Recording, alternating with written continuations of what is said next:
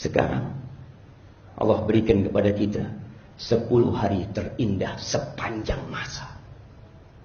10 hari yang beramal soleh di dalamnya lebih Allah cintai daripada kita beribadah di hari-hari yang lainnya. Tapi yang jadi masalah, tidak sedikit di antara kita yang tidak peduli dengan hari-hari yang indah ini. Tidak bacaan Qur'annya dia tambah, tidak sholat malamnya dia tambah, tidak sholat duhanya dia lakukan, tidak puasa dia kerjakan. Apa yang antum cari? Kita bergelimang dosa, berlumuran nista. Sekarang Allah berikan kepada kita, innal hasanat yudhibna sayiat, dzalika dzikra lidzakirin. Itu kebaikan-kebaikan akan menghapuskan dosa-dosa kita. Itu peringatan buat orang-orang yang mengingat. Jamaah, ma min ayyamin al-amalu salihu fihinna ahabbu ila Allah min hadhil ayyam. Enggak ada hari-hari sepanjang tahun yang beramal soleh di dalamnya lebih Allah cintai. Wa fi riwayatin azka, wa fi riwayatin afdal, wa fi riwayatin arja, daripada beramal soleh di 10 hari ini. Sehingga muncul pertanyaan dari para sahabat mengatakan, ya Rasulullah, walal jihadu fi sabilillah. Jihad di jalan Allah yang merupakan zirwatu sanamil Islam. Seorang mengorbankan jiwa dan hartanya, berpisah dengan segala kesenangan hidupnya. Itu tidak sebanding dengan beramal soleh di 10 hari ini. Apa jawab beliau? Walal jihadu fi sabilillah. Jihad di jalan Allah pun tidak sebanding dengan beramal soleh di 10 hari. Yang tersisa 5 hari. Illa rajulun kharaja bimalihi wa nafsihi wa lam yarji' min dzalika bisyai'. Kecuali dalam satu kondisi. Seorang hamba yang pergi meninggalkan rumahnya dengan jiwa dan hartanya. Kemudian dia tidak pulang dan hartanya tidak kembali. Baru tidak ada yang bisa menandinginya. Dan Allah berikan itu kepada kita. Tidak dalam kondisi perang kita bisa mendapatkan pahala yang besar. Hanya menambah zikir kita, menambah salat kita, menambah puasa kita. Yang kata Rasul sallallahu alaihi wasallam, "Man shama yauman fi sabilillah, ba'adallahu bainahu wa baina jahannam 70 kharifa." Barang siapa yang berpuasa 1 hari di jalan Allah, 1 hari, Allah akan jauhkan wajahnya dari api neraka sepanjang 70 kharif. Lalu kita yang menuntut ilmu, tidak bertambah puasa kita. Ahibati fillah. Kalau pada hari-hari ini kita tidak bersemangat untuk menambah ibadah kita, kapan kita akan menambah ibadah kita? Ada hari Senin, tanggal 8 Dzulhijjah, bertepatan dengan tanggal 9 Arafah di Mekah sana. Jangan lupa untuk puasa. Ada hari Selasa, bertepatan dengan tanggal 9 Dzulhijjah buat kita di negeri kita. Jangan lupa untuk berpuasa. Islam, azakumullah wa iyyakum. Sebentar lagi kita akan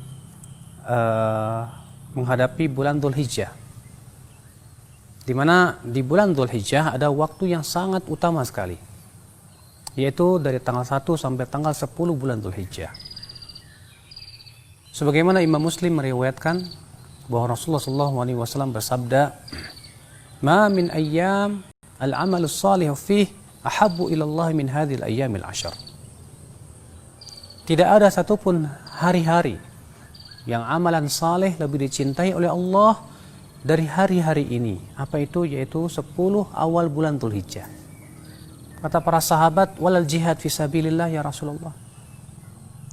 Walaupun jihad fisabilillah wahai Rasulullah, kata Rasulullah, walaupun jihad fisabilillah, kecuali orang yang pergi dan membawa hartanya, kemudian ia pulang tidak membawa apapun juga. Hadis ini menunjukkan betapa mulianya 10 awal bulan Dzulhijjah.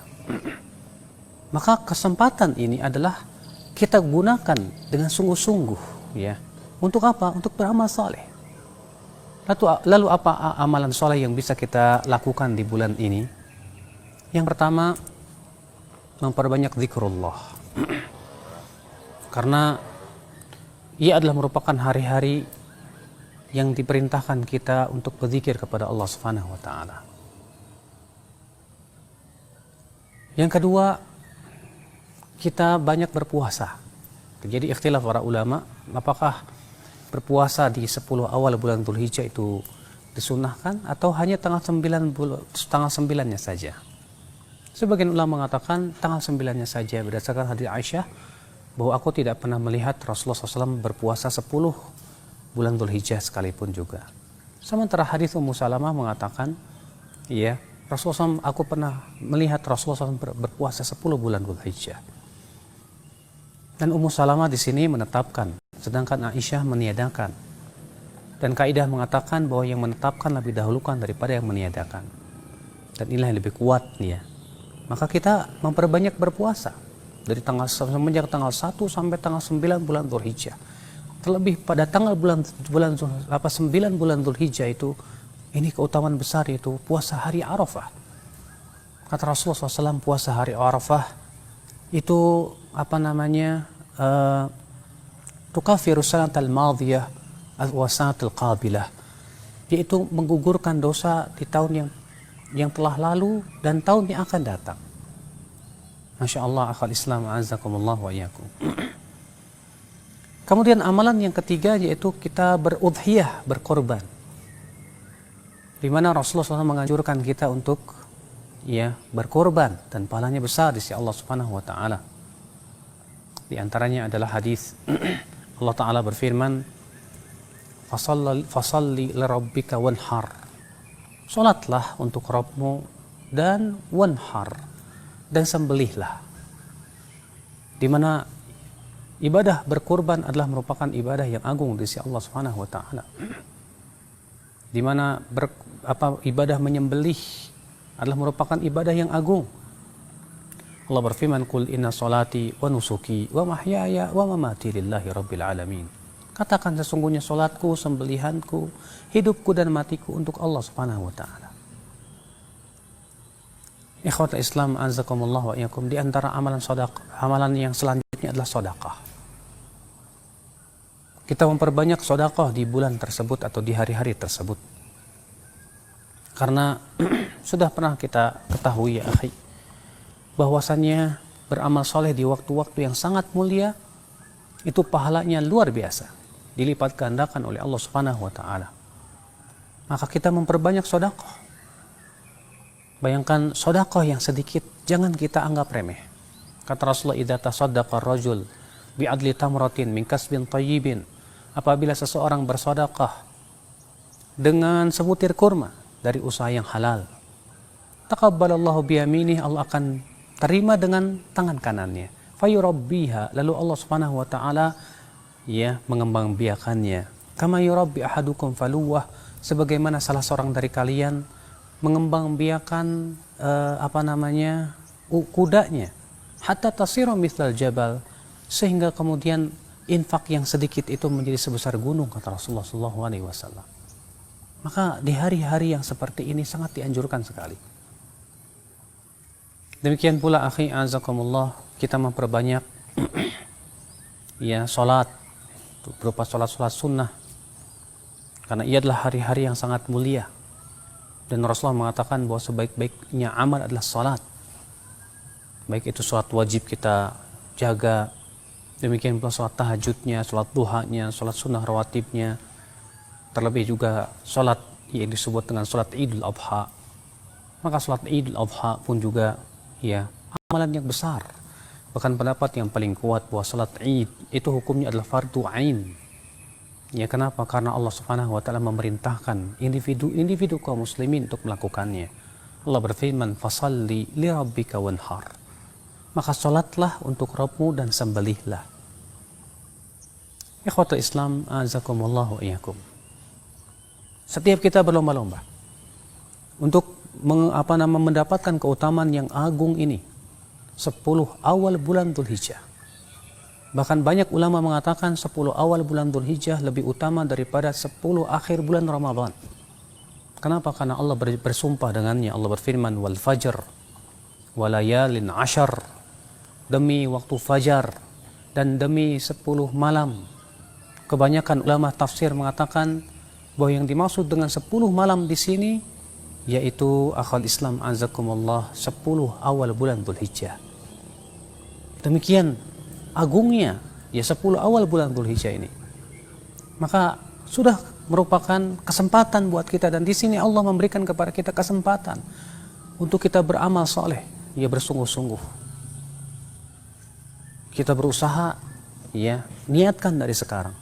Untuk saya insya Allah mudah-mudahan di 10 awal bulan Dzulhijjah saya bisa bersungguh-sungguh beribadah kepada Allah, meraih pahala yang sangat besar di sisi Allah Subhanahu wa taala. Semoga Allah Subhanahu wa taala memberikan kepada kita ya akhi kekuatan untuk bisa menggunakan 10 hari bulan awal bulan Dzulhijjah ini. Billahi taufiq. Subhanakallah bihamdik, asyhadu an la ilaha illa ant, astaghfiruka wa atubu ilaik. Wassalamualaikum warahmatullahi wabarakatuh. Tidak ada hari-hari yang amal soleh padanya pada hari-hari tersebut padanya lebih dicintai oleh Allah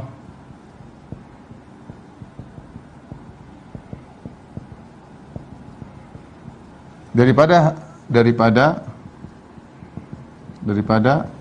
10 hari awal Dzulhijjah. Para sahabat bertanya, ya Rasulullah, apakah lebih afdal daripada jihad fisabilillah? Apakah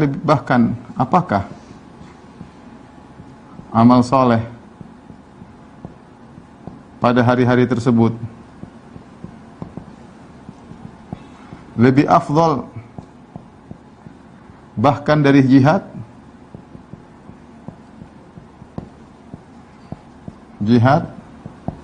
Kata Nabi, iya, lebih afdal, bahkan lebih daripada jihad. Kata Nabi, ya, lebih afdal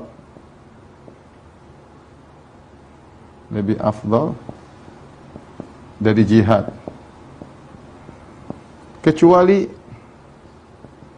seorang keluar berperang yang membawa jiwa dan hartanya,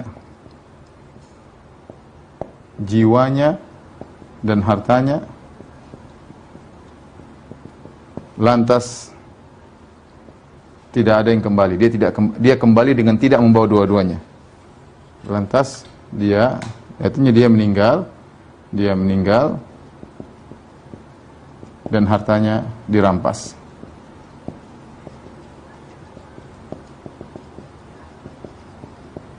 Maksudnya dia tidak bawa pulang sama sekali, ya. Artinya dia meninggal, hartanya dirampas musuh.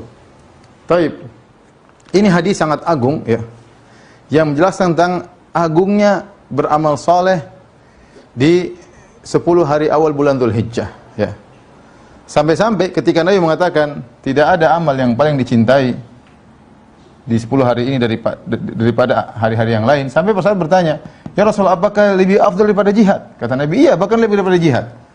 Kecuali jihad tertentu, kata Nabi, jihad yang paling tinggi, ya, yaitu jihad seorang keluar dengan bawa harta dan jiwanya, kemudian walam yarji min dzalika bi syai', dia meninggal dan hartanya dirampas. Tapi kita mengambil faedah daripada hadis ini.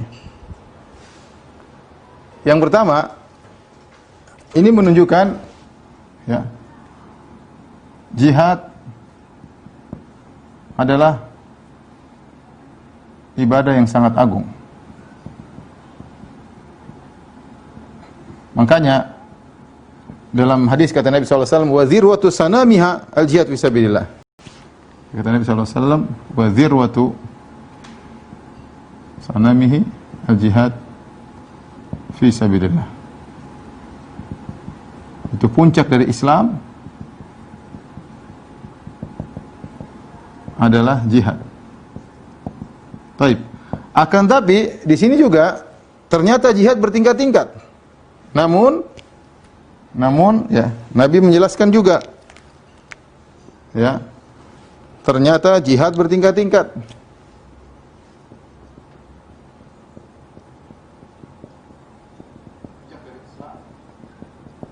Yang paling tinggi adalah yang ini, yaitu yang keluar, yang berjihad, lantas mati syahid dan hartanya dirampas musuh.